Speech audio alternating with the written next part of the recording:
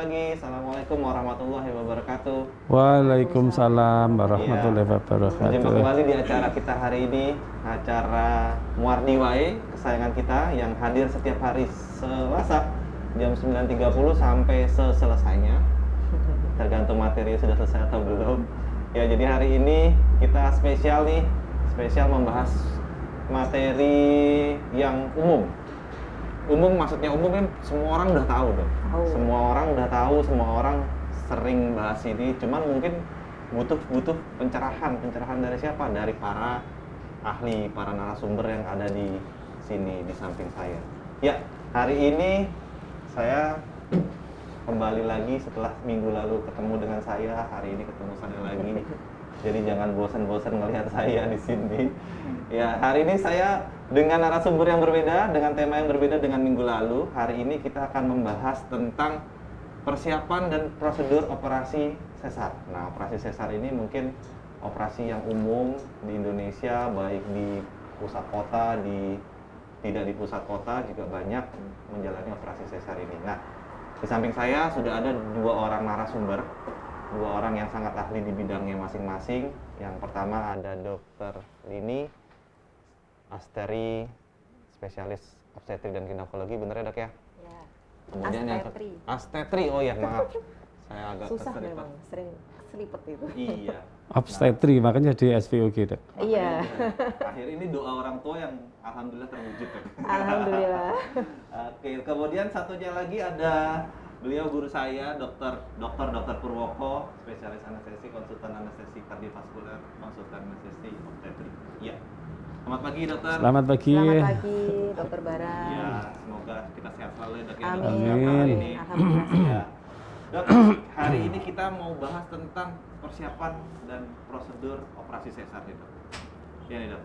Dok, kalau kita sebagai orang umum, ini kan Sobat Muardi yang ada di Facebook, ada di Instagram Live, ini kan banyak mungkin baca di Google ataupun media sosial yang lain kan bertebaran nih informasi tentang sesar. Sesar. Nah, ini yang harus kita jelaskan dok. Kadang mereka tahu operasinya tapi nggak tahu apa yang harus dipersiapkan. Nah dok, boleh nggak dok dijelasin sedikit operasi Ya. sesarnya dulu nih dok. Operasi sesar sebelum kita masuk ke prosedur. Operasi Ya. sesar ini apa sih sebenarnya dok? Jadi Assalamualaikum warahmatullahi wabarakatuh. Waalaikumsalam. Selamat pagi semuanya Sobat Muardi. Saya Lini Astetri, saya dari bagian obstetrik ginekologi Rumah Sakit Dr. Muardi. Kali ini saya akan membawakan mengenai persiapan dan prosedur operasi sesar. Mungkin apa sih operasi sesar itu atau lengkapnya seksiosesaria, SC, sudah umum, sudah banyak orang tahu, juga sudah dikerjakan di Indonesia, di seluruh dunia. Jadi operasi sesar itu adalah salah satu cara untuk melahirkan bayi. Ya, ada dua cara melahirkan bayi, ada yang pervaginam, kalau orang bilang persalinan spontan atau persalinan normal, ya. Kemudian ada yang cara kedua adalah melalui perut atau perabdominal, yaitu seksiosesaria. Jadi intinya kita melahirkan bayi dengan cara mengiris atau membuat sayatan pada perut ibu, kemudian pada rahim ibu, dengan tujuan untuk melahirkan bayi, tentunya dengan diberikan anestesi terlebih dahulu atau dibius supaya tidak ada rasa nyeri. Nah, nanti mungkin kita bisa masuk ke apa sih persiapan sebelum operasi, kemudian ngapain aja sih namanya sesar itu, kemudian apa yang harus diperhatikan setelah operasinya. Iya. Sebelum kita masuk persiapan, satu lagi dok saya mau tanya. Kalau orang mau disesar itu adakah kriteria khusus tuh? Apakah memang semua orang bisa nih disesar? Atau memang ada kriteria yang harus masuk kriteria ini baru bisa? Oh ya nih, oke untuk kita lakukan. Ya, Sesar. tentunya sesar itu sesuai indikasi ya. Jadi kalau memang ada kebutuhan untuk dilakukan sesar, baik itu elektif atau terencana ataupun emergensi darurat, semuanya atas indikasi. Jadi nggak ada tiba-tiba dok saya mau sesar aja, alasannya apa? Ya pingin aja. Nah itu yang harus kita luruskan. Kadang-kadang ibu-ibu hamil ini merasa bahwa sesar kan nggak sakit, padahal mereka lupa setelah itu ya tetap akan ada resiko rasa sakit, kemudian disayat perutnya, ada bekas operasi, Kemudian resiko atau komplikasinya jelas lebih besar dibandingkan yang lahir normal. Memang kalau normal sakit ya pada saat itu, tapi setelah itu kan sudah selesai. Nah itu yang harus kita luruskan. Jadi intinya, apakah semua orang bisa? Bisa. Tapi yang mana sih yang tepat atau yang memang harus dilakukan operasi sesar yang memang ada indikasinya? Iya. Oke, jadi Sobat Muardi kalau mau tahu indikasinya apa ya konsultasi dulu ke dokternya. Jadi jangan memutuskan sendiri ya istilahnya Dok ya. Ya Dok, kita masuk nih ke materinya Dok. Jadi persiapan dan prosedur operasi sesar. Nah kalau kita sebagai pasien apa yang harus kita persiapkan Dok? Ya, oke. Mungkin saya dengan bantuan ada sedikit presentasi ya Dok materi, ya, oke, Dok. biar di Ya, apa namanya Sobat Muardi bisa melihat ya, Dok, apa aja yang harus dipersiapkan. Oke, kita mulai langsung. Slide saya juga nggak banyak ya, singkat aja. Tadi sudah saya jelaskan sesar itu apa ya, tadi melahirkan bayi melalui irisan perut sampai irisan rahim. Kemudian harus sesuai indikasi, jadi nggak ada sesar hanya karena pingin. Kemudian kapan, tadi bisa elektif, tentunya direncanakan, oh nanti saat usia kehamilan 38 minggu, 39 minggu, ataukah emergensi darurat, karena ada suatu kegawatan, entah itu kegawatan di ibu atau kegawatan di janinnya ya. Kemudian, nah persiapannya, kita persiapan tuh 3. Persiapan tindakan apapun selalu 3. Pasiennya atau si ibunya sendiri, kemudian alat obat, alat bahan obat ya, kemudian operator. Operator di sini karena kita tindakan itu tidak mungkin sendirian, jadi tim. Ada dokter kandungannya, ada dokter anestesinya yang akan melakukan pembiusan, kemudian ada dokter anak yang nantinya akan menerima bayi, kemudian ada perawat medis, perawat bidan yang akan membantu kita juga. Kemudian untuk yang pasien, yang pertama jelas adalah informed consent. Jadi sebelum tindakan itu harus, setelah kita menentukan, oh oke, ini memang sesuai dengan indikasi, memang harus dilakukan operasi, entah itu elektif, entah itu emergensi ya, kita informed consent beritahukan ke pasien, ibu, bapak, ibunya dengan suami ya, kita mau melakukan tindakan operatif yaitu seksosesaria, tindakannya dengan alasan apa, kemudian nanti akan kita lakukan apa pada saat operasi, dan pasca operasinya nanti akan bagaimana, itu kita jelaskan dari awal sebelum dilakukan tindakan. Kemudian dari pasiennya sendiri, ini yang jelas harus persiapan mental. Nah ini yang harus dipahami betul, bahwa sesar itu adalah tindakan operasi, walaupun umum dikerjakan, tapi tetap ada sayatan, tetap ada bekas operasi, tetap akan ada resiko. Nah kalau untuk emergensi mungkin mental ya, mau tidak mau, siap tidak siap, ditentukan emergensi ya harus dikerjakan. Tapi kalau elektif kan bisa dipersiapkan, bahwa oh nanti saya akan melakukan tindakan operasi, saya nanti akan dibius, karena ada beberapa pasien yang misalkan karena indikasi letak janin, letak lintang misalnya, kan nggak mungkin kita lahirkan normal. Dari awal kita udah edukasi, ibu nanti siap-siap ya, pada saat persalinan nanti kita akan melahirkan secara seksosesaria, karena nggak mungkin jalan lahir tuh kalau bayinya malang nggak mungkin akan lahir gitu kan. Kemudian perlengkapan persalinan, jadi kalau mau operasi, mau tindakan, apa sih yang harus seorang ibu ini persiapkan ya, baik perlengkapan si ibunya sendiri, dari baju ganti, mungkin ada kain jari mungkin ya, kemudian sampai pembalutnya atau pampers maternal setelah operasi, kemudian perlengkapan bayi juga dari apa namanya, baju bayinya, dari popoknya, kemudian mungkin untuk tempat ari-arinya atau plasentanya dan lain-lain ya. Kemudian disarankan untuk mandi dulu sebelum tindakan, jadi bersih itu ya. Ini untuk yang elektif. Kalau emergensi nggak mungkin datang mau situ saya mandi dulu, nggak mungkin. Jadi ini khusus untuk yang elektif ya. Jadi mandi dulu sebelum tindakan. Kemudian harus puasa dulu beberapa jam sebelum operasi. Ini juga khusus untuk yang elektif. Kalau emergensi mungkin nanti dokter Puroko bisa menjelaskan ya. Kalau emergensi setahu saya nggak perlu puasa ya dok ya. Kemudian pemeriksaan penunjang yang memang dibutuhkan untuk keperluan tindakan. Jadi kalau bahkan emergensi sekalipun tetap ada persiapan pemeriksaan penunjang, baik itu laboratorium, kemudian pemeriksaan ultrasonografi dahulu, kalau perlu mungkin EKG atau rekam jantung, kemudian ada juga CTG, rekaman kondisi untuk janinnya, kemudian ronsen bila memang diperlukan, dan pemeriksaan penunjang lain yang memang sesuai tindakan tersebut yang akan dilakukan. Kemudian untuk alat dan obat-obatannya jelas peralatan bedah sesarnya, ya, alat-alat operasinya, kemudian peralatan pembiusannya atau anestesinya, obat-obatan dari antibiotik yang diberikan sebelum operasi, kemudian obat-obat anestesi, obat emergensi, karena kalau kita tindakan operasi itu tetap harus selalu siap dengan resikonya. Nah, resiko pada saat operasi sesar adalah salah satunya terjadi perdarahan. Kita harus selalu siap untuk menangani perdarahan itu. Kemudian mempersiapkan darah jika memang diperlukan. Misal pada pasien dengan resiko perdarahan pada mungkin kalau kita sekarang banyak dengar seperti plasenta akreta, itu jelas pasti akan berdarah banyak, harus dengan persiapan darah. Atau bekas-bekas operasi yang kemungkinan curiga perlengketan bisa menimbulkan perdarahan banyak, kita siapkan darah juga. Kemudian operator tadi sudah saya jelaskan ya, untuk timnya. Kemudian, nah kita masuk ke prosedur. Diapain aja sih sebetulnya kalau operasi sesar gitu ya? Karena kan kalau operasi dikasih layar ya ibunya ya, penutup, nggak bisa ngeliat kan area perut itu kan nggak bisa. Barangkali penasaran diapain sebetulnya ya perut saya gitu. Jadi pertama ibu berbaring dulu di meja operasi, kemudian dilakukan anestesi. Untuk detail anestesi nanti dari Dr. Purwawan akan lebih lengkap lagi. Kemudian kita lakukan toilet medan operasi, itu maksudnya adalah dilakukan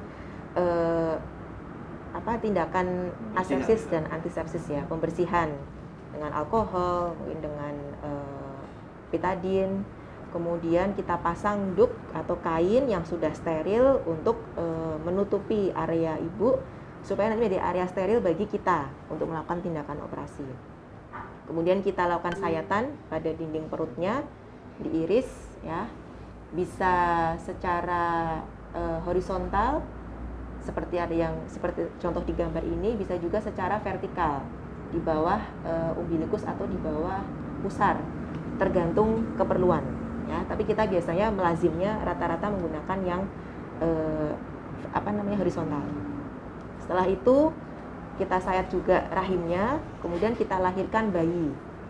Setelah bayi lahir, kita berikan obat namanya oksitosin. Ini masuk dalam manajemen aktif skala 3 kalau di persalinan pervaginam ya, untuk nanti membantu proses persalinan plasentanya dan juga untuk membantu kontraksi. Setelah lahir semua, kita kontrol perdarahan, aman, tidak ada masalah. Kita tutup dari rahim sampai ke perut yang berlangsung kurang lebih sekitar 1 jam, ada ya 50-60 menit gitu ya. Nah, kalau sudah operasi, apa yang dikerjakan untuk mengawasi si ibu ini? Kita monitoring ya keadaan umumnya, kemudian vital sign, tanda-tanda vital dari tekanan darahnya, nadinya, kemudian respiration rate-nya, suhunya, demam atau tidak. Kemudian kita cek kontraksi rahimnya baik atau tidak, ada kontraksi atau tidak. Kemudian bagaimana tinggi fundus uteri, tinggi rahimnya, dan pengeluaran pervaginam adalah normal, yang kita namakan lokea, baik itu lahirnya pervaginam ataupun seksio, tetap akan ada pengeluaran pervaginam atau lokea. Ini kadang-kadang kalau seksio kok masih keluar darah, Dok? Nah, itu tetap akan keluar. Ya, kuretase keguguran pun juga sama. Ya. Kemudian kita akan memberikan analgetik untuk mengurangi rasa nyeri, dan akan dilakukan mobilisasi bertahap dari yang nanti mulai miring, duduk, kemudian latihan jalan. Kalau memang sudah baik, bisa jalan, bisa, kalau kita biasanya bisa buang air kencing sendiri gitu ya, aman, tidak ada masalah, ibu kita bolehkan pulang.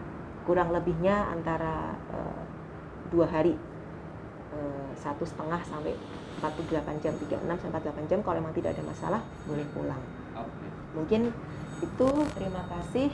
Mbak, ini Lengkap sekali dok, penjelasannya lengkap sekali, ada medianya untuk menjelaskan. Nah, Ya. Berarti anestesi udah habis ini udah. Oh, Udah jelaskan belum semua. dong. tadi sudah 3 salaman Oh selesai. iya, kan? udah selesai ini, alhamdulillah. Sesar tidak jadi kalau nggak ada anestesi dok. Tapi sebelum salaman saya mau nanya-nanya dulu dokter. Iya, oke. Untuk dokter Purwoko nih, ini tadi sudah Siap. jelaskan dok Iya. tentang prosedur dari dokter Lini dari spesialis kandungan dok. Iya. Kemudian dari sisi dokter sebagai dokter anestesi dok, apa Iya. yang harus dipersiapkan? Yang pertama persiapan pasiennya, persiapan keluarga mungkin dok, apa Iya. yang harus dilakukan? Baik, terima kasih Dokter Bara. Tadi sudah dijelaskan oleh Dokter Lini bahwa persiapan ini akan bisa dilakukan dengan baik pada pasien-pasien yang operasinya elektif. Ya, kalau yang operasi emergency ya persiapannya karena dikejar oleh waktu agar ibu dan bayinya tetap selamat sehingga persiapannya sangat kurang. Jadi pada pasien yang elektif itu persiapannya pertama pada pasien itu persiapan psikis sebetulnya. Ya, karena kalau fisik kan kita tidak bisa merubah banyak, tapi psikis harus kita kuatkan. Kita yakinkan bahwa dengan operasi sesar ini bayi dan ibu tetap selamat. Ya, kita yakinkan ibu dan bayinya tetap selamat. Karena memang tujuannya kita sesar ini kan menyelamatkan nyawa ibu dan bayi. Ya, artinya bahwa kondisinya tidak bisa tidak kalau tidak di sesar gitu loh. Iya. Ya. Sehingga persiapan ibu ini dari persiapan psikologis yang sangat penting karena akan mempengaruhi outcome dari ibu dan bayinya. Ya. Selain persiapan psikis tadi ada beberapa lagi yang disiapkan pada pasien, misalnya tadi sudah dijelaskan oleh dokter Lini, pemeriksaan penunjang, baik itu laboratorium, kemudian EKG, kemudian CTG, kalau perlu fototorak atau foto ronsen kalau perlu ya, tapi kalau tidak terpaksa tidak usah dilakukan karena akan mempengaruhi janinnya. Kemudian untuk pemeriksaan penunjang sendiri itu juga berbeda-beda tergantung dari kebutuhan pasiennya. Kalau yang sesarnya biasa-biasa saja, misalnya karena panggul sempit misalnya, mungkin cukup darah rutin ya, gula darah sewaktu, kemudian studi koagulasi sudah cukup. Cukup ya dok? Ya. Namun pada pasien-pasien dengan komorbid yang lain mungkin pemeriksaannya harus lebih lengkap. Ya. Misalnya pasiennya dengan gangguan jantung, dekom misalnya, ya mungkin kita harus lakukan ekokardiografi sebelumnya. Ya. Kalau tidak dekom, ada kelainan jantung tapi masih tidak ada keterbatasan untuk aktivitas, mungkin cukup EKG dan sebagainya. Ya. Jadi pemeriksaan penunjang ini tergantung apa yang dibutuhkan oleh pasien, bukan apa yang dibutuhkan oleh dokter anestesinya. Ya. Kemudian selain persiapan pasien, dokter sebetulnya ada yang lain lagi yang harus dipersiapkan. Misalnya selain dokter anestesi juga tadi belum disebut oleh dokter Lini, dokter anak. Ya, pada kasus-kasus tertentu persiapan dokter anak ini mungkin bisa jadi lebih stres daripada dokter anestesinya. Misalnya pada sudah diketahui janinnya berat badannya rendah misalnya, kurang dari 1 kilo misalnya, itu stresnya lebih stres dari dokter anestesinya. Janinnya ada kelainan jantung bawaan misalnya, ya. Kemudian janinnya asfiksi misalnya, ya. Kemudian anestesinya gagal dengan regional yang terpaksa harus di anestesi umum. Nah, ini dokter anaknya juga berdebar-debar sendiri itu. Makanya dalam persiapan ini harus ada koordinasi yang baik antar tim, karena tim operasi untuk sesar ini selain dokter kandungan, dokter anestesi, dokter anak, bidan, kemudian tim operasi. Ya. Kemudian untuk persiapan yang lain, persiapan dari dokter obstinnya sendiri. Kalau pasiennya biasa-biasa saja, dokter obstin udah biasa operasi sesar. Kalau 1 hari 5 dalam 1 tahun udah 1.500 operasi setahun loh itu loh. Dokter Lini berapa tahun jadi SPOG? Baru 3 tahun. Oh 3, berarti udah 5.000 pasien loh sesar. Iya, ya bayangkan aja. Ya, ada persiapan sendiri untuk SPOG misalnya pada kasus-kasus obesitas. Ya, itu kan perutnya besar. SPOG harus mempertimbangkan yang namanya istilahnya incision delivery dan induction delivery. Gitu. Ini yang tadi belum dibahas oleh Dr. Lin. Apa itu induction delivery? Induction delivery itu waktu sejak dokter anestesis memasukkan obat anestesi sampai bayinya lahir. Ya, itu tidak boleh lebih dari 10 menit. Bayangkan, kalau perutnya besar, berat badan pasiennya di atas 100 kilo, irisannya harus lebar. Ya, kalau yang normal-normalnya irisan paling 9 cm, 10 cm itu sudah sangat lebar. Ya, ini nggak bisa pakai irisan segitu. Ya. Kemudian selain induction delivery ada incision delivery. Incision delivery itu waktu yang digunakan sejak mengiris sampai dengan bayi keluar. Nah, seringkali kita sebagai dokter anestesi mengamati. Ya, jadi saya sebagai dokter anestesi saya sudah 35 tahun jadi dokter anestesi. Saya mengamati puluhan atau belasan SPOG. Ya. Ada yang itu memang stylenya operator, ya itu memang stylenya operator. Tapi harus menjadi perhatian sendiri termasuk dari persiapan tadi itu SPOG bahwa wah ini saya harus mengeluarkan bayi ini maksimal 8 menit sejak saya ngiris misalnya. Itu bukan persiapan yang mudah pada pasien-pasien yang dengan komorbid khusus tadi itu, dengan obesitas misalnya. Ya. Kemudian persiapan pasien, persiapan dokter, persiapan alat sudah disampaikan oleh dokter ini. Persiapan peralatan pasca melahirkan itu. Tadi sudah saya sebutkan kalau pada bayi yang prematur maka rumah sakit harus sudah menyiapkan peralatan-peralatan yang bisa merawat bayi prematur tersebut. Ya, kalau bayinya dengan asfiksi maka rumah sakit harus menyiapkan alat-alat misalnya CPAP misalnya. Karena tidak semua rumah sakit punya alat ini. Jadi nggak semua rumah sakit tuh? Tidak semua rumah sakit punya alat ini. Ya, bahkan ada rumah sakit punya tapi jumlahnya kurang. Jumlah sesarnya satu hari kira-kira 8 sampai 10 pasien, punya CPAP-nya hanya 1. Ya, akhirnya 1 kepake harus rujuk. Nah, rujuk ini kan harus persiapan juga. Gitu. Ya, jadi ada banyak persiapan bukan hanya pasien dan dokter anestesinya saja. Ya, saya kira itu Dokter Farah. Ya. Kemudian tadi kan dokter ini membahas puasa dong. Ya. Puasa untuk pasien elektif itu kalau dokter ini kadang dokter anestesinya aja berapa lama monggo. Dari dokter anestesi berapa lama dok untuk pasien puasa nih biasanya dok? Baik. Jadi kenapa pasien mau sesar harus puasa? Jadi pada ibu hamil itu terjadi gangguan pasase usus sehingga menyebabkan makanan itu bertahan lama di dalam lambung. Risikonya kalau ada makanan di dalam lambung kemudian dilakukan tidak anestesi, risikonya muntah. Kalau muntah bisa terjadi aspirasi. Nah, aspirasi ini adalah suatu kondisi yang sangat berbahaya untuk ibunya. Ya, sehingga ibu yang akan sesar elektif ini harus dipuasakan. Ya, ada beberapa pendapat.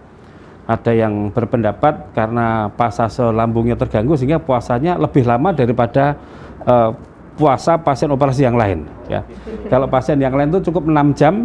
Pada ibu ini lebih dari 6 jam, bisa sampai 8 jam. Tapi 4 jam sebelum sesar boleh minum air gula kira-kira 200 sampai 400 cc. Untuk apa? Untuk apa? Untuk mencegah agar tidak dehidrasi dan juga tidak hipoglikemi. Air gula itu bentuknya apa dok? Sirup? Sebetulnya apa saja ya namanya gula itu glukosa dokter. Jadi apa saja yang nanti bisa dibaca menjadi kalori agar ibu dan janinnya tidak hipoglikemi. Ya, ada bentuk yang sudah jadi, ya bentuk sediaan sudah jadi, ya tinggal diminum maltodextrin. Atau mau pakai gula biasa, gula pasir biasa 2 sendok diminum itu juga boleh. Ya. Air putih itu berarti dok? Iya, air putih dikasih gula atau tadi itu yang sudah jadi namanya maltodextrin tinggal diminum. Sebaiknya jangan susu karena susu lambat. Ya. Kalau pilihannya bukan susu, tapi pilihannya itu glukosa. Ya, preparat glukosa. Ya. Kalau susu kan banyak lemaknya. Ya. Susu nggak bisa ya. pakai ya. Kalau jus gitu masih bisa. Kadang kan ibu saya mau minum jus. Ya. Alpukat tuh pakai susu coklat. Ya. sebetulnya bukan boleh atau tidak boleh, cuma risikonya nanti kalau seandainya muntah. Iya. Nah, muntahannya itu dok yang berbahaya. Tapi kalau air gula dalam waktu 10 menit pasti dia akan sudah diabsorpsi. Ya, itu ya sobat Ya. Muardi, pentingnya puasa Ya. ya. Pentingnya puasa sudah dijelaskan sama Dokter Purwoko kalau puasa. Nah, tadi dokter bilang ada 2 pendapat. Ya. Nah, pendapat yang pertama, ada yang pendapat kedua, Dok. Pendapat Ya. kedua, Pendapat yang kedua yang 4 jam sebelum sesar boleh minum tadi itu. Ya, boleh yang dikasih pertama minum. Itu Ya. nggak boleh minum, nggak boleh makan, nggak Ya. boleh minum. Ada juga yang memang tidak boleh kalau memang di lambungnya penuh terus, bahkan mau operasi harus kita pasang NGT dulu. Kita pasang NGT dulu, NGT paling besar yang bisa dimasukkan, kemudian kita saksen. Jadi bukan NGT dipasang terus saja, tidak. NGT masuk, kemudian kita saksen, kita keluarkan. Ambil ya, Dok. Ya, tujuannya apa? Agar tidak muntah tadi pada saat induksi. Oke, Ya. Wah, ini mungkin pencerahan buat sobat Muardi sekalian yang ada dimanapun. Jadi pentingnya puasa sudah dijelaskan, operasi prosedurnya seperti apa sudah dijelaskan. Nah, kita nyinggung sedikit nih dok, persiapan dan prosedur sesar. Lagi tren kan Ya. ERAX nih dok. Ya. Ini ERAX lagi tren. Beberapa sudah setahun ya mungkin ya, setahunan belakang, setahun sampai 2 tahun semenjak pandemi ini. Tren metode Ya. namanya ERAX. Ya. Katanya pemulihannya lebih cepat, bisa cepat. Sempat ada yang TikTok joget-joget, habis saya operasi joget-joget, wah saya bilang wah luar biasa ini. Itu seperti apa dok? Dari sisi dokter kandungan, dokter ini gimana dok? Ya, Menyikapi oke. fenomena ERAX nih dok? Sebetulnya ERAX itu kan ini ya, enhancement recovery ya, after surgery. Kalau di kami di Opjin itu yang jelas belum ada sampai detik ini, sampai hari ini belum ada dari rekomendasi manapun yang memasukkan ERAX itu dalam prosedur seksio cesaria. Ya. Itu. Jadi kadang kan beberapa ada yang kalau nggak ERAX nggak mau. Kalau nggak ERAX, nggak bagus itu kan. Nah, sebetulnya enggak. Jadi yang apa yang kita kerjakan selama ini itu ya yang standar. Itu kalau ERAX itu bisa dibilang mungkin supra standar ya. Jadi kayak inovasi ya dok? iya, Seperti dalam tanda kutip inovasi baru dan ya dok ya? di kami pun sampai saat ini juga teknik operasi sesar tidak berubah, belum berubah. Tekniknya masih sama, sayatannya masih sama, cara menyayatnya ya urutannya dari menyayat sampai melahirkan sampai menutup Ya. masih sama. Masih sama. Jadi kalau di kami enggak, memang saya malah kadang ngelihat yang TikTok habis sesar berapa tuh 1 jam atau 2 jam Iya. gitu ya, saya ngeliat joget saya malah deg-degan. Itu nanti lukanya gimana gitu. Saya malah mikirnya seperti itu. Gitu kan karena kan baru gitu ya Iya, gitu. iya. Jadi kalau dari kami yang jelas untuk istilahnya apakah protap ataukah rekomendasi ERAX dalam cesaria memang belum ada sampai sekarang. Belum ya. Mungkin Jadi dari memang anestesi masih gimana. kalau dari sisi dokter kandungan diberikan pilihan ke pasien. Apakah seperti itu? Pasien sekarang nih, kadang kan pasien datang dok saya mau ERAX. Karena kalau dari Kalau dokter saya temu pasien saya datang, dok saya mau ERAX. Gimana menurut dokter? karena dari saya tidak ada perubahan. Dari prosedur sama ya, Sama. persiapannya Iya. sama. Sama. Dari saya sama. Mungkin dari anestesi Nah dok, kalau Ya. dari sisi dokter Oh. Purwoko sebagai ahli anestesi, Iya. apa dok? Gimana dok? Baik, terima kasih dokter. Sebetulnya ada perbedaan persepsi tentang ERAX itu baik dari pasien maupun dari operator.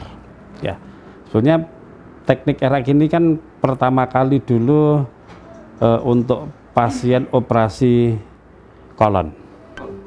Ya, jadi tahun 1900 sekian ya. Itu untuk operasi kolon. Bagaimana agar pasien ini segera bisa pulih, bisa segera minum, bisa segera ke toilet sendiri, bisa makan sendiri dan bisa segera mobilisasi. Ya. Tapi ternyata mobilisasi segera ini, prinsip dari ERAX kan mobilisasi segera.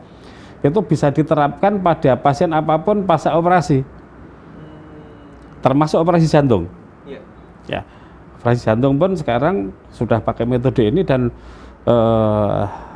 karena mobilisasinya cepat sehingga pasien juga lebih nyaman, merasa lebih nyaman. Ya. Ada beberapa syarat yang harus dilakukan. Yang pertama, untuk operasi general, kalau kita mau erak, hindari puasa yang terlalu lama. Satu, sehingga tadi 4 jam sebelum operasi pasien diperbolehkan untuk minum untuk apa? Agar tidak dehidrasi dan tidak hipoglikemi. Karena dehidrasi dan hipoglikemi ini sendiri akan memperpanjang masa pemulihan, ya, atau masa rawatnya. Yang kedua, segera lepas NGT. Karena nasogastric tube ini justru malah mengganggu intake per oral pada pasien. Ya, kalau intake per oralnya lama, peristaltik ususnya juga lama dia pulihnya. Ya, sehingga segera saja begitu pasien memang tidak kembung, peristaltiknya normal, segera lepas saja agar pasien bisa intake per oral. Ya. Kemudian segera lepas DC, dower catheter. Kenapa? Karena terlalu lama memasang DC ada risiko infeksi saluran kemih. Ya. Kalau ada infeksi maka pemulihannya akan panjang. Ya. Sehingga tidak diperlukan NGT segera lepas, tidak diperlukan DC segera lepas. Nah, erak pada pasien seksio sesaria sudah dilakukan di Indonesia kira-kira 2 tahun terakhir ini yang sempat booming, dan ternyata tidak ada masalah, ya, baik-baik aja, baik pasien maupun keluarganya bisa menerima dengan baik. Ya, dimulai dari mana? Dimulai dari teknik anestesinya. Ya, jadi kita memberikan obat anestesi ini sebaiknya waktunya yang kira-kira pas untuk operasinya. Ya, jadi memang kalau style operatornya, sesarnya berpanjang-panjang sampai 2 jam lebih ya nggak bisa kita pakai itu. Ya, kalau yang setengah jam paling lama 1 jam bisa. Ya, jadi prinsipnya tadi selain boleh minum 4 jam sebelum operasi tadi itu, pasca operasi yang pertama kita pastikan pasien tidak mual, tidak muntah. Skor nyerinya tidak pada skor nyeri yang severe. Artinya apa? Ya, kita memberikan analgetik, ya, combine analgetik yang dia dengan dalam dosis yang saling menguatkan, ya. Kemudian hindari memberikan opioid atau narkotik, ya, sehingga pasien tidak mual, tidak muntah. Nah, dengan pasien tidak nyeri, kemudian blok motoriknya segera pulih, sehingga pasien segera bisa bergerak tadi itu, maka mobilisasi bisa dilakukan lebih cepat. Ya, kalau dulu pendapat kalau di spinal itu baring dulu 24 jam kan gitu. Sekarang nggak ada lagi. Sekarang nggak ada lagi. Iya. Nah, artinya apa? Bahwa pada saat kita melakukan spinal juga kita milih jarum spinal yang kecil. Ya. Yang sudah teruji itu jarum spinal nomor 26 atau nomor 27 itu paling sedikit kasus terjadinya PDPH. Ya, PDPH jadi itu apa, Dok? Mual muntah pasca operasi, PDPH. PDPH. Ya, post puncture headache, ya. Jadi sakit kepala, mual, ya, itu setelah itu. Ya, kalau dia tidak nyeri, tidak pusing, tidak mual, tidak muntah kan pasien suruh baring terus kan ya enggak nyaman juga. Ya, jadi bila cepat dia mobilisasi cepat, 6 jam pertama itu kalau bisa sudah duduk di samping tempat tidur, kakinya sudah diturunkan. Ya. 8 jam sudah mulai berdiri, 12 jam sudah jalan ke kamar mandi. Sebetulnya 6 jam pun dia sudah bisa berjalan. Tapi kadang-kadang masih sempoyongan. Ya. Tapi kalau 12 jam saya yakin ke kamar mandi sendiri lah. Kalau sudah bisa ke kamar mandi sendiri untuk apa pakai DC lagi? Ya kan? Kan lebih baik dilepas dia bisa di kamar mandi sendiri. Kalau sudah bisa ke kamar mandi sendiri, besok kan sudah bisa pasti nyusuin bayinya dan apa-apa dia tergantung orang lain lagi. Ya. Jadi dari sisi yang dinamakan kalau yang 2 jam TikTok itu wes berlebihan kalau itu. Iya. Itu kita sebagai nakes ini langsung gimana? Orang awam kan ngelihatnya hebat banget, 2 jam bisa joget-joget ya. Loncat-loncat, malah ada loncat-loncatan lagi, wah kacau. Ada loncat-loncatan. Iya, kita yang deg-degan yang lihat. Iya. Kalau misalkan biasanya 3 jam itu sudah mulai bisa duduk, kalau enak itu kadang 6 jam lah udah mulai bisa berdiri biasanya Dok yang sekarang. Jadi terus dulu kan masih nunggu kentut. Saya kadang-kadang kalau Ibu udah coba minum atau makan, kan belum kentut dok. Yang suruh nunggu kentut siapa? Saya sudah bilang kalau Iya, udah iya, iya. kalau sudah enak nggak mual, coba minum oke silahkan makan gitu. Kadang-kadang masih ada beberapa pasien yang ngerasa karena zaman dulu kan nunggu kentut Iya. gitu kan gitu. Jadi sebenarnya kalau sekarang kan udah enggak. Jadi kalau Iya. asalkan peristatil ususnya sudah ada, ya sudah silahkan. Dan kalau nggak salah kalau yang spinal kan dok kan sebetulnya usus tidak Tidak terblok. di apa ya? Iya. Nggak direlaksasi kan Iya, ya. iya. Jadi harusnya recovery-nya cepat, habis itu Iya. bisa makan, bisa minum. Iya. Jadi kadang-kadang informasi yang beredar itu kadang tidak akurat ya dok ya, Iya. menunggu kentut dan segala macamnya. Itu yang mungkin dokter-dokter yang ada di sini butuh menjelaskan lebih banyak ke pasiennya. Nah, sekarang kita sapa Sobat Muwardi yang sudah bergabung dok Oke. di Instagram Live sama di Facebook. Terima kasih sudah bergabung. Dari kita Instagram Live dulu dok. Instagram dari Mbak Revita Gianti. Dok, kalau anak pertama sesar, apakah anak kedua tidak mungkin bisa lahiran normal? Ya, Dokter ini Leni. pertanyaan umum ya. Ini umum banget nih. Umum. Dok, apa saya nggak bisa normal gitu Iya. ya. Jadi apakah bisa? Bisa. Tapi ada syaratnya. Iya. Mungkin kalau yang sering dengar ada namanya VBAC ya, vaginal birth after cesarea, itu ada syarat kapan seorang ibu hamil ini bisa mencoba untuk lahir normal setelah sesar. Ada syarat jarak persalinan itu harus minimal lebih dari 18 bulan, atau kalau kita biasanya 2 tahun lah, 18 bulan 1,5 tahun ya. Kemudian yang kedua, dulu alasan sesar yang pertama bukan karena panggulnya sempit itu. Kemudian alasan berikutnya lagi, posisi daripada janin yang kedua harus kepala. Ya. Kalau misalkan sungsang atau lintang, oblik lah, bukan kepala yang di bawah, itu juga tidak bisa. Kemudian taksiran berat janin pada saat hamil yang sekarang, apakah lebih besar dari yang pertama? Kalau misalkan tidak lebih besar dari yang pertama, masih mungkin coba normal. Kemudian kita ada mengukur tebal otot rahim pada bekas sesarnya, itu kita ukur. Kalau terlalu tipis ya nggak bisa juga. Gitu. Jadi apakah bisa? Bisa, ada syaratnya. Iya. Jadi syarat dan ketentuan berlaku lah istilahnya. Ada, ya. Itu pun misalkan oke, syarat memenuhi nih. Iya. Sampai 39 minggu, 40 minggu nggak ada tanda-tanda persalinan. Nah, kita kalau tidak ada bekas sesar bisa kita coba induksi dipacu. Tapi kalau ada bekas sesar nggak mungkin.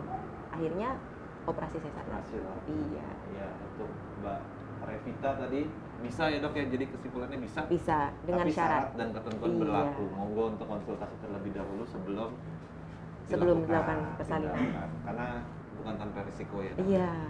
Kemudian kita menyapa Instagram dulu deh. Bu Maya Permatasari. Pagi dokter, saya sedang hamil 8 bulan. Disarankan SJ karena mata saya -6. Apakah saya masih bisa minta untuk lahiran normal dok? Ya, Minusnya ini 6 juga. mau normal. Nah ini sering Ya. terjadi dok. Sering memang, dok saya minus, apakah memang nggak bisa gitu. Kalau misalkan bisa berbahaya enggak. Jadi kalau secara evidence base ya tidak ada pengaruhnya untuk mata minus dengan terjadinya lepasnya retina atau ablasio retina pada saat mengejam. Iya. Tetapi kan ada miopia yang tinggi, itu lebih dari 6.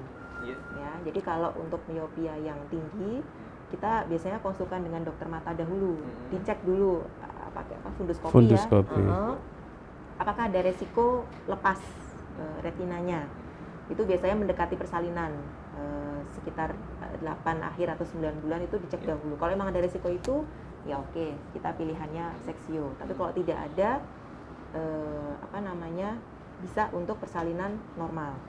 Atau untuk yang di bawah 6, kalau mau, biasanya kadang-kadang yakin gitu ya, kadang-kadang kan kalau kita bilang kalau secara teori nggak masalah Bu, tapi kalau ibu ingin yakin, ibu periksa ke dokter mata. Jadi kalau saya biasanya saya rutin menjelang persalinan, saya konsulkan ke mata dulu, dicek. Kalau memang tidak ada masalah, kita persilahkan untuk lahir normal. Jadi masih bisa ada tempat untuk lahir. Ada tempat untuk lahir normal. Ya, Iya. minus yang tinggi, misalnya -6 gitu. 6 ke bawah. Enam Untuk ke yang lebih bawah dari ya, itu 6 ke atas ya. harus pasti dicek dulu. Kalau 6 ke bawah oke, 6 ke 6 ke atas. bawah secara teori oke. Oke. 6 ke atas sebetulnya kalau kejadian ablasio gara-gara persalinan itu tidak signifikan kejadiannya, tapi kalau untuk amannya kita cek. Saya pernah ada yang -8, -10, memang sudah cek dokter mata tidak ada masalah, lahir normal ya, alhamdulillah juga nggak ada masalah. Ya. Untuk dokter Purwoko dok, Ya. ada nggak masalahnya kalau orang dengan -6 kumpulkan dilakukan tindakan pembiusan gitu dok? Kalau untuk tindakan pembiusan sebenarnya tidak ada masalah dokter. Yang jadi masalah itu kalau terjadi peningkatan tekanan darah yang mendadak.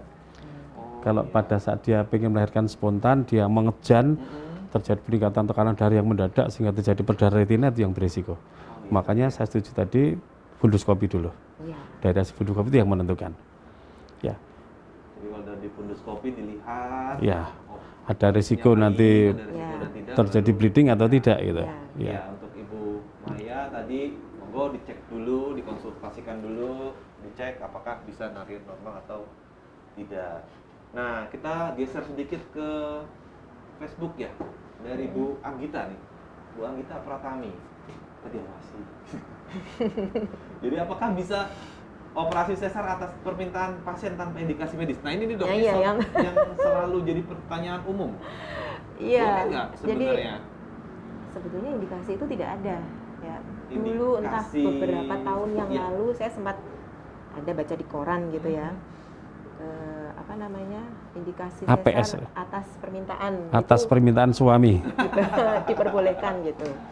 Cuman BPJS tidak mau itu kalau cover itu. sekarang apalagi dengan resiko tindakan sesar ya, salah satunya akreta. Kalau memang tidak ada indikasi medis, kita benar-benar mengedukasi untuk ibu ini normal dulu.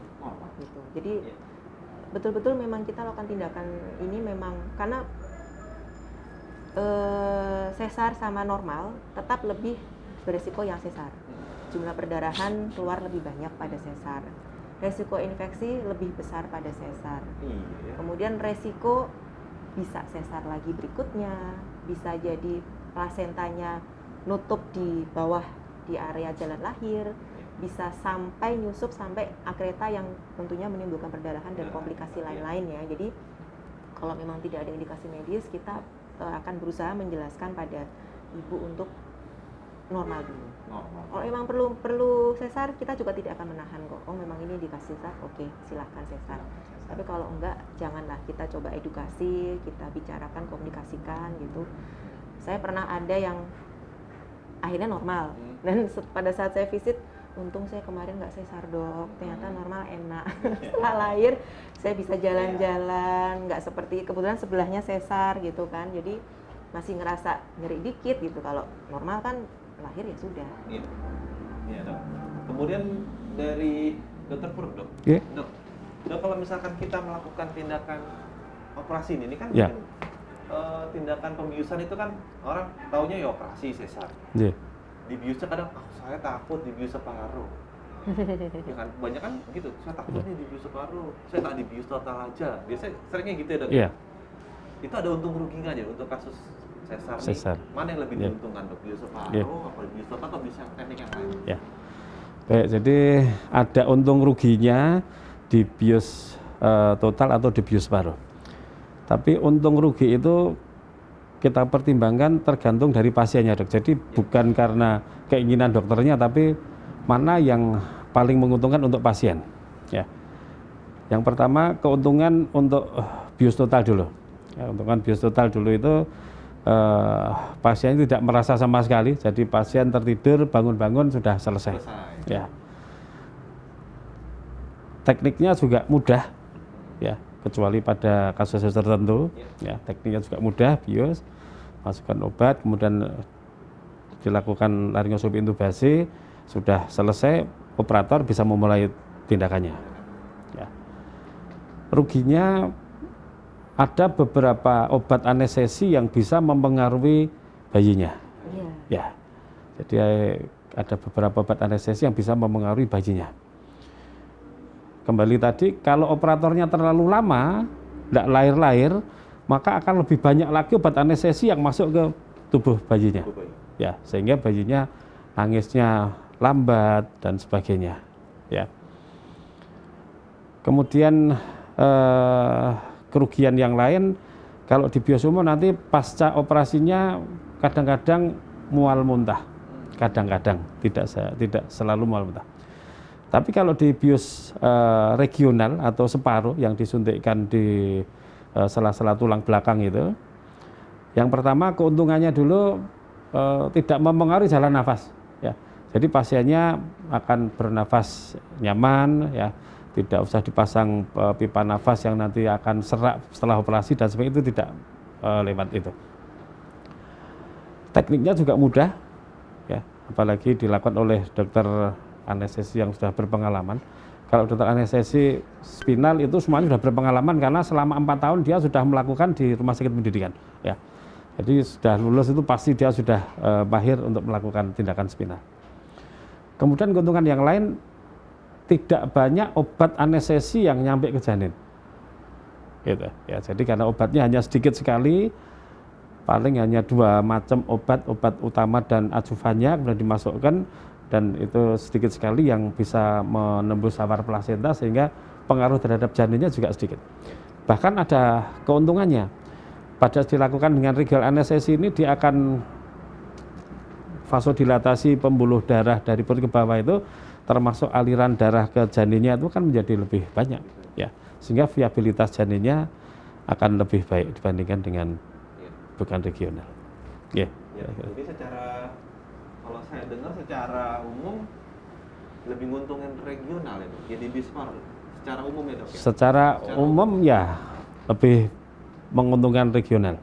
Lebih menguntungkan di Ya. separuh. Jadi kan kadang kalau orang yang takut, kalau kita dijelaskan seperti ini, jadi tahu oh ternyata lebih nguntungin di bius separuh. Walaupun memang kadang ada yang fobia dengan takut dengan jarum. Biasanya takutnya disuntik di punggung itu dok. Sebetulnya tidak sakit itu, Dok. Lebih sakit disuntik di dorsum manus dibandingkan disuntik di punggung. Cuma pasien mungkin bayangannya kan kalau di pembuluh darah mungkin sudah biasa gitu ya dok ya, tiba-tiba di tulang belakang gitu kan. Terus saya jadi ingin nanya nih dok, kadang ada beberapa pasien saya tuh sudah kontrol pasca operasi, punggungnya masih kemeng, itu normal atau gimana dok? Bisa jadi itu tidak one shot, jadi beberapa kali suntikan tidak terkena atau tidak masuk di atau tidak keluar LCS-nya sehingga berulang dia harus melakukan tusukan. Tapi kalau pakai jarum 2 atau menggunakan jarum yang besar dia, Dok. Oh gitu mungkin. Ya, tapi kalau jarum nomor 27 dan sekali tusuk, saya yakin enggak bakalan ya. Ya. Jadi memang tergantung ini ya dok. Ya. Kesulitan. Ya, tingkat kesulitan pasiennya sendiri. Iya. Jadi memang lebih menguntungkan di Spinal. Ya. Separuh ya. Bius separuh. Jadi sobat Muardi sekalian, informasi yang menarik hari ini kalau lebih menguntungkan di bius separuh. Jadi kalau kita di bius total, monggo dikonsultasikan lagi kenapa mau di bius total supaya dikasih penjelasan yang lebih kuat. Gitu. Kemudian ini kita ada pertanyaan dari Mbak Sifas Siafis. Waduh, namanya bagus ini. Apakah bisa memilih lahiran EC jika memilih ambeien? Ya, ini juga tergantung posisi ambeyennya dan tergantung derajatnya. Jadi kalau lahir normal itu kan kadang kita butuh melebarkan jalan lahir, ya, area perineum gitu ya. Itu irisannya itu kalau enggak di jam 5, jam 7, tergantung kidal atau enggak, di bawah, area bawah gitu kan. Nah, anus atau lubang untuk buang air besar itu kan di bawahnya. Kalau misalkan posisi ambeyennya itu di area atas antara jam 11, jam 1 itu mungkin bisa dipertimbangkan sesar, tergantung dari besarnya. Tapi kalau areanya di bawah, di area yang jam di luar itu ya, jam 3 ke bawah, itu kan seandainya kita menyayat perineum untuk melebarkan kan nggak akan kena ambeyennya. Jadi masih bisa, masih bisa persalinan pervagina, masih bisa normal. Karena memang kalau ada ambeyennya itu bagian yang dekat dengan yang akan kita iris terus ternyata kena, kan pembuluh darahnya besar-besar, itu mah risiko perdarahan. Oh, Tapi kalau jauh dari itu atau ambiennya kecil, masih di dalam misalnya ya, itu nggak akan kena. Kalau kita potong masih bisa normal. masih Dia tidak mutlak ambien sesar, enggak. iya, tetap dengan indikasi Iya, istilahnya, diperiksa selalu dengan dulu. indikasinya. Memang tidak bisa normal, oke, sesar. Iya, jadi kalau nggak bisa normal, jadi memang dalam hal ini normal selalu jadi pilihan utama dibandingkan sesar. Normal itu adalah proses persalinan yang fisiologis, baik untuk ibu maupun untuk janinnya. Jadi dengan apakah normal akan ada risiko perdarahan? Tetap ada, itu sama. Tapi dalam kondisi yang sama-sama baik, sama-sama tidak ada masalah, maka normal atau spontan itu yang paling tidak berisiko dibanding yang sesar. Iya. Jadi sesar dipilih memang karena tidak bisa normal. Terpaksa sesar, ya sudah kita pilih sesar. Iya. Ini mungkin pertanyaan lagi, lanjutan dok. Selamat pagi dokter, saya memiliki asma. Nah ini asma, sedang hamil anak kedua. Anak pertama saya lahir SC dan saat proses operasi saya sempat sesak napas, jadi agak trauma untuk dibius lagi. Mohon tips supaya tidak sesak lagi dok. Nah ini kita mulai dari dokter Lini. Ini dua pertanyaan akan nyambung ke dokter Lini sama dokter Purwoko ini. Dokter Lini, monggo dok. Ya, yang jelas asma itu harus dikontrol. Ya, jadi sebisa mungkin pada saat persalinan tidak kambuh itu. Tapi kalau tipsnya bagaimana supaya nggak sesak, yang jelas asmanya dikontrol. Jadi rutin melakukan pemeriksaan dengan dokter paru atau penyakit dalam, ya. Kemudian apabila memang ada obat yang harus dikonsumsi, ya dikonsumsi.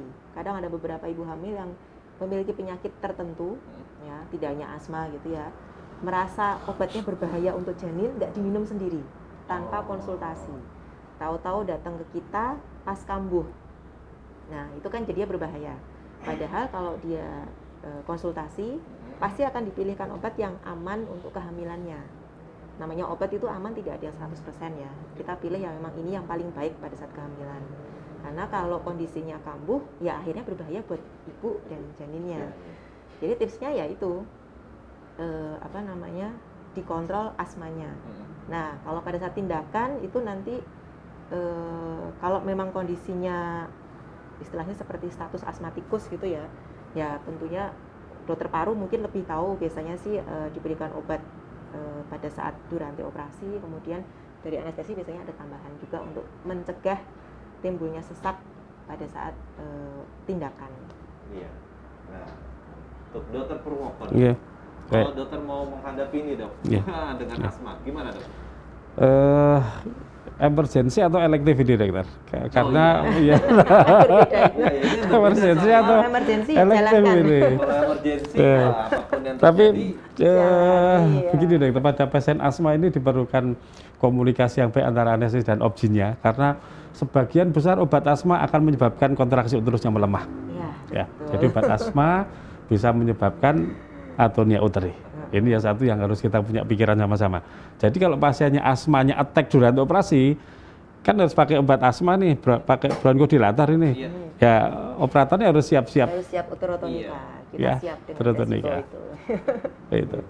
Kalau pasiennya elektif, dioptimalkan dulu oleh dokter paru atau oleh dokter penyakit dalam, silakan monggo.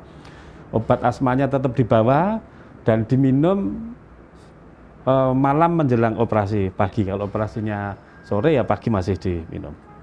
Itu. Kalau elektif masih bisa. Kalau elektif masih bisa, tapi yang sesar, yang sito itu, yang emergency itu, emergency ya bisa jadi sambil nebu pasien sambil di sesar.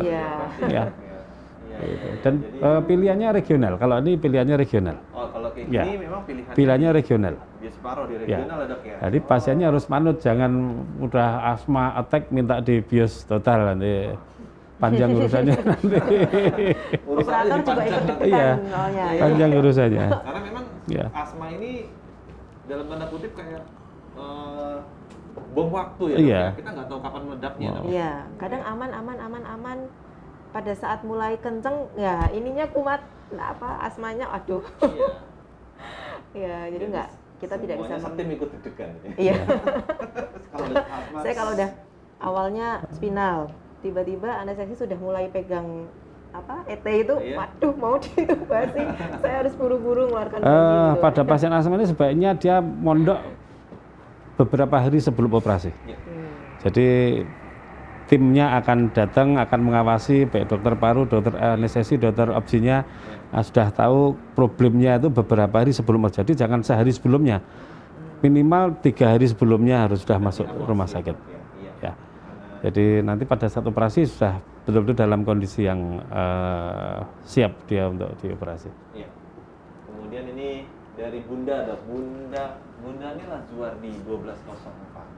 Selamat pagi, Dok. Izin bertanya, saya kan usianya 34 tahun, Dok. Ada riwayat kuretase di kehamilan pertama, kemudian kehamilan kedua dan ketiga semua SC. Seumpama saya hamil lagi, apakah berisiko dengan riwayat saya yang seperti itu? Dan usia saya yang sudah 34. Ini kayaknya rencana mau hamil nambah. lagi. Nambah Ini ini. rencana mau nambah, Dok. Wah, Jadinya iya ini. nambah Nanya. ya enggak, Ya. ya. Kalau udah dapat pencerahan, Nambah. Nambah aja pun nanti sesarnya saya yang bius ya. Kesimpulannya begitu udah. Nanti cari dokter ini. Nambah aja, Dokter iya. Obgynnya, dokter anestesi, dokter Purwoko. Oke. Mantap, Bu. Oke. Apalagi jadi- kalau yang minta nambah bapaknya itu. Nah, itu. Saya bisa menolak. Ini saya curiga Ya. jangan-jangan anak kedua ketiga ini Iya. kalau enggak sama-sama perempuan sama-sama laki-laki. Oh, Jadi gitu, pingin rata-rata nambah lagi ya. makanya tapi galau gitu ya, Galau, bingung iya, gitu. iya. Ini gimana, Dok? Pencerahannya nih, buat Oke. Bunda Nela Zuardi nih, Dok. Jadi selamat pagi Bunda Nela Zuardi ya. Jadi untuk namanya kehamilan resiko tinggi itu pada usia 35 tahun ke atas. Ini sudah mendekati usia kehamilan resiko tinggi atau Ibu Risti. Kemudian dengan riwayat kehamilan sebelumnya sudah sesar 2 kali. Kalau untuk dilarang nggak boleh hamil lagi, memang tidak ada, ya. Tapi dengan penambahan jumlah riwayat sesar itu resiko adanya terjadinya robekan rahim yang istilahnya silent rupture yang tidak dapat terdeteksi itu akan semakin besar. Ya. Karena kita menyayat selalu di bekas irisan yang lama. Nggak mungkin kita tadi di bawah, besoknya di atasnya, besok di atas lagi, itu enggak. Jadi tetap di bekas yang sama dan jaringan itu makin lama akan makin tipis dengan semakin banyaknya sesar yang dilakukan. Itu yang pertama. Kemudian yang kedua, dengan adanya riwayatnya udah kuret sekali, sesar 2 kali, selalu akan ada resiko terjadinya perlengketan plasenta. Jadi plasenta itu tumbuh dan berkembangnya di area bekas seksio. Kalau cuman plasenta previa aja, mungkin ya resiko perdarahan ringan sedang. Tapi kalau sampai yang lengket banget, kemudian akreta menembus sampai ke dalam dinding rahim, Ya. atau kalau sampai ternyata ada perlengketan-perlengketan lain, karena yang namanya operasi itu akan selalu ada risiko perlengketan dari yang ringan sampai yang berat. Nah yang berat ini kalau lengketnya sampai ke organ sekitar, entah itu kandung kemihnya, entah itu ususnya. Jadi kalau ditanya apakah berisiko, berisiko. Berisiko. Tapi apakah boleh? Kalau melarang tidak ada. Yang pasti seandainya ibu memang berencana untuk hamil lagi, pertama harus siap betul. Tadi kan ada siap mental ya, karena pasti nanti pilihannya akan sesar lagi karena resiko yang tadi saya sebutkan. Kemudian untuk apabila sudah yakin memang oke lah saya siap dengan segala resikonya, harus rutin memeriksakan kehamilannya, baik sejak sebelum hamil kemudian sampai nanti pada saat kehamilan. Dan jangan sekali-kali mencoba lahiran nggak di rumah sakit gitu ya. Kadang ada yang saya ingin coba normal, Dok. Ada sesar 2 kali, saya takut, Dok. Saya ingin coba normal. Ya, kita pilihan utamanya memang memilihnya sesar karena sudah riwayat operasi yang 2 kali dengan berbagai risiko tadi. Jadi kalau ditanya apakah beresiko, beresiko. Tapi boleh atau tidak kembali ke ibu, apakah siap atau tidak Yang make up tadi, menanggung yang make up resikonya. tadi bagus itu. Yang make up, Mbak. Iya, Tadi saya yang make up sebutkan tadi ya. bagus itu. Pertanyaannya Jadi, bagus. Ini boleh, Dok, ya, kesimpulannya tidak dilarang. Tidak dilarang. Tidak dilarang, tapi tadi Resikonya ada besar. resiko. ada Ya. resikonya. Nah, untuk Kalau meminim- siap siap, Ya, maju, tidak silakan. siap, Kami juga, dipikirkan lagi. ya insya Allah siap. Majunya besok lagi maksudnya, dipikir lagi bulan depan maju Iya, lagi. iya. Oke, ini Jadi dia. tetap dikonsultasikan. Nah ini Harus pertanyaan bagus konsultasi. nih, Bu Tracy Amalia, dokter. Saudara saya mau melahirkan, SC disarankan tidak pakai make up. Padahal untuk dokumentasi video persalinan anak pertama. Nah. Apakah memang begitu prosedural? Ini untuk dokter Purwo. Ini Iya, iya. anestesi nih, Baik, penting di iya. anestesi. Terima kasih Bu Tracy. Ini pertanyaan yang bagus dan sangat umum, sangat banyak sekali pasien-pasien yang make up dan cantik padahal mau masuk ke kamar operasi.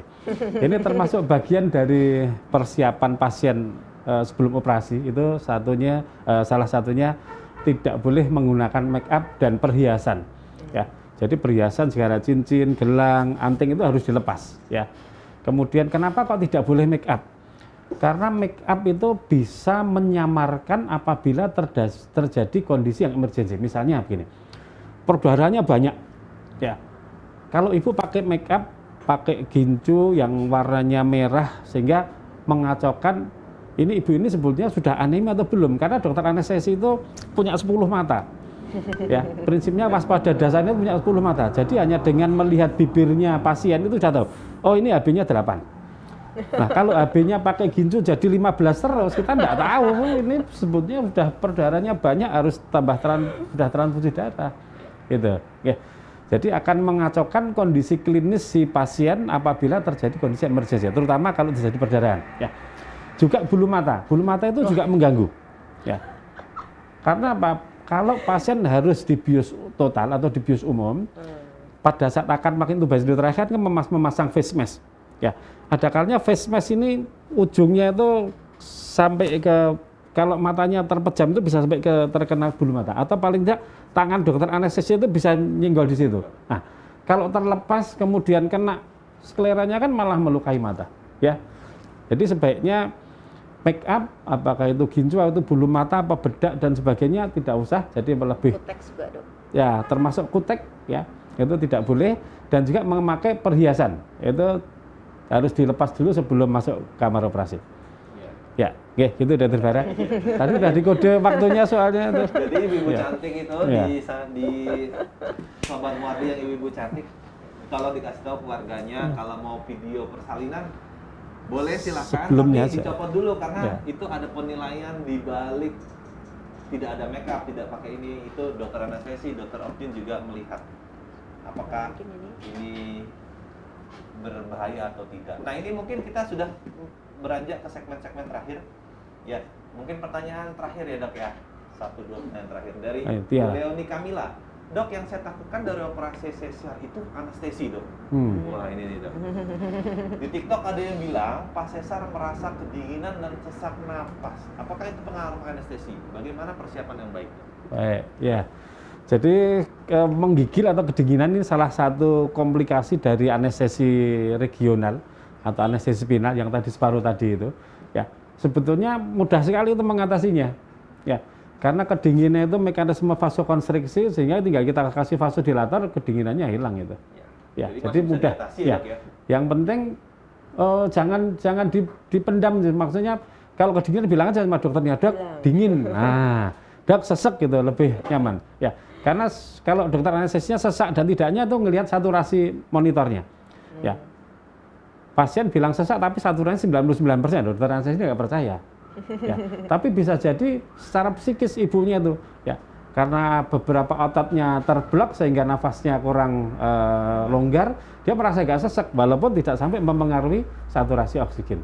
Itu Bu. Ya, jadi kedinginan dan sesak nafas itu satu komplikasi atau efek samping dari anestesi spinal tadi itu, tapi mudah diatasi oleh dokter anestesi. Nah, Oke, berbahaya jangan dan tahu. tidak dok? Berbahaya tidak dok sebenarnya untuk Kalau segera diatasi tidak berbahaya, Tidak dokter. berbahaya, Iya. oke. Ya, tapi kalau sampai saturasinya turun tidak diatasi ya berbahaya, ya dah. Tapi bukan berarti sesaknya yang dirasa oleh pasien itu memang sesak beneran ya itu ya.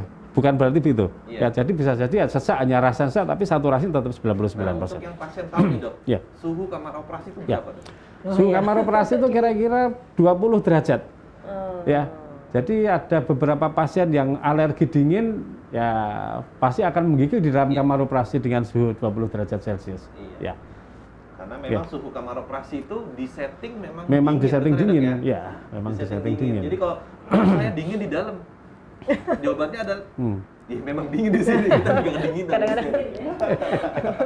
Apalagi kalau ada kebetulan AC-nya yang pas wajah pasien Iya, gitu ya, pas ada wajah. itu yang aduh. Atau memang operasi pas malam-malam kali, Dok ya? Iya. Suhunya Sudah sudah dingin, tambah dingin. tambah dingin. Iya, akhirnya jadi plus. Kadang pasien nggak bilang, tahu-tahu saya cuman kok kayak ada getaran-getaran, ibu kedinginan. Iya. Jadi disampaikan saja gitu ya, Dok ya. Jadi kalau misalkan memang ada keluhan apapun, selama masih bisa dikomunikasikan segera bilang, Ya. jangan ditunda-tunda. Apapun yang Anda rasakan, Sobat Muwardi, dikasih tahu ke dokter yang ada di situ. Kalau ada dokter anestesi sebelahnya, segera diinfokan. Iya. Kemudian ini. Ya, ini mungkin pertanyaan Terakhir. kita terakhir. Ya. Ya, dari Bu Ria Ayu Paryono. Saya pasien atopi, Dok, dengan Ya. IgE total lebih dari 500. Iya. Dengan SLE terkontrol. Ya. Oh, ini luar biasa nih, Ibu. Mhm. Jadi, SLE terkontrol, sesar 2 kali, Iya, spinal. yang kedua biospinal langsung gatal, cekit-cekit di wajah, tangan, dada ke atas langsung disuntik 2 kali alergi baru hilang. Ini kenapa, Dok? Ya. Baik. Oh iya, masih ada di bawahnya, Dok. Kasus seperti saya apa sering, Dok? Kalau sesar lagi sebaiknya dilakukan bius apa? Terima kasih. Baik. Terima kasih. Ya. Kalau rasa cekit-cekitnya begitu selesai di spinal terus dibaringkan, belum tentu dari obat spinalnya. Ya, belum tentu obat spinalnya. Karena apa? Sebelum tadi di spinal, pasien sudah mendapatkan antibiotik profilaksis. Ya. Antibiotik ya. Ya, bisa jadi alerginya alergi dengan antibiotiknya, bukan karena obat spinalnya. Karena amat sangat jarang sekali pasien itu alergi dengan obat anestesi. Ya. Amat sangat jarang sih, walaupun ada, tapi amat sangat jarang sekali alergi dengan obat anestesi. Karena obat anestesi sebelum resmi digunakan pada manusia ini sudah dilakukan uji coba yang sangat panjang sekali sehingga diyakinkan aman untuk pasien. Jadi 2 kali disuntik obat alergi baru hilang, ya 2 kali disuntik obat alergi baru hilang. Ya ini bisa saja suntikan yang pertama itu memang belum onsetnya, ya. Belum berefek, kemudian disuntik lagi, yang tadi disuntik pertama tadi itu baru berefek. Ditambahkan yang kedua. Ya, baru berefek, ya bisa. Iya. Kemudian kalau sesar lagi dibius apa, Dok? jarang ya, kasus ini jarang. Apakah kasus seperti saya ini sering? Jarang sekali, ya. Kalau sesar lagi sebaiknya dilakukan bius apa? Sebaiknya juga spinal saja. Ya. Karena saya yakin alerginya belum tentu dari obat spinal. Dan obat anestesi itu tidak lazim untuk dilakukan tes dus ya, atau tes alergi ya. Yang tes alergi itu antibiotik ya. Jadi kalau obat anestesi tidak ada satupun di dunia ini yang melakukan tes dulu sebelum dilakukan anestesi. Saya takutnya di tes bius total tertidur. Itu. Di tes Nanti kalau tes ya, ternyata alergi dan tidur belum dibius malah sudah tertidur. Udah Iya. di tes lagi malah ada jadi beneran. Ya, oke. Dr. Purwoko, Saya gitu Dr. Dr. Didi, terima Ya. kasih banyak hari ini. Alhamdulillah. Terima kasih. Informasi yang diberikan kepada kita semua untuk Sobat Muwardi yang ada di Instagram, ada di Facebook, ada di YouTube, sangat berharga buat kami pencerahannya. Terima kasih. Ya, untuk Sobat Muwardi yang masih mau melihat hasil rekaman diskusi kami hari ini, bisa lihat di live streaming kita di Facebook, YouTube, di official Rumah Sakit Dr. Muwardi. Saya selalu ingatkan, jangan lupa like, follow, dan subscribe semua akun sosial media Rumah Sakit Dr. Muwardi. Terima kasih. Saya selalu mengingatkan bahwa COVID belum selesai, bahwa kita selalu harus jaga protokol kesehatan dimanapun Anda berada, jaga anak-anak, baru banyak penyakit misterius, walaupun sudah ada sebagian yang tegak, tapi kita harus tetap menjaga, tetap sehat, pesannya seperti itu. Ya, untuk sekarang terima kasih, kita berjumpa kembali di acara berikutnya. Terima kasih. Assalamualaikum warahmatullahi wabarakatuh. Assalamualaikum warahmatullahi wabarakatuh. Sehat selalu. Alhamdulillah. Udah?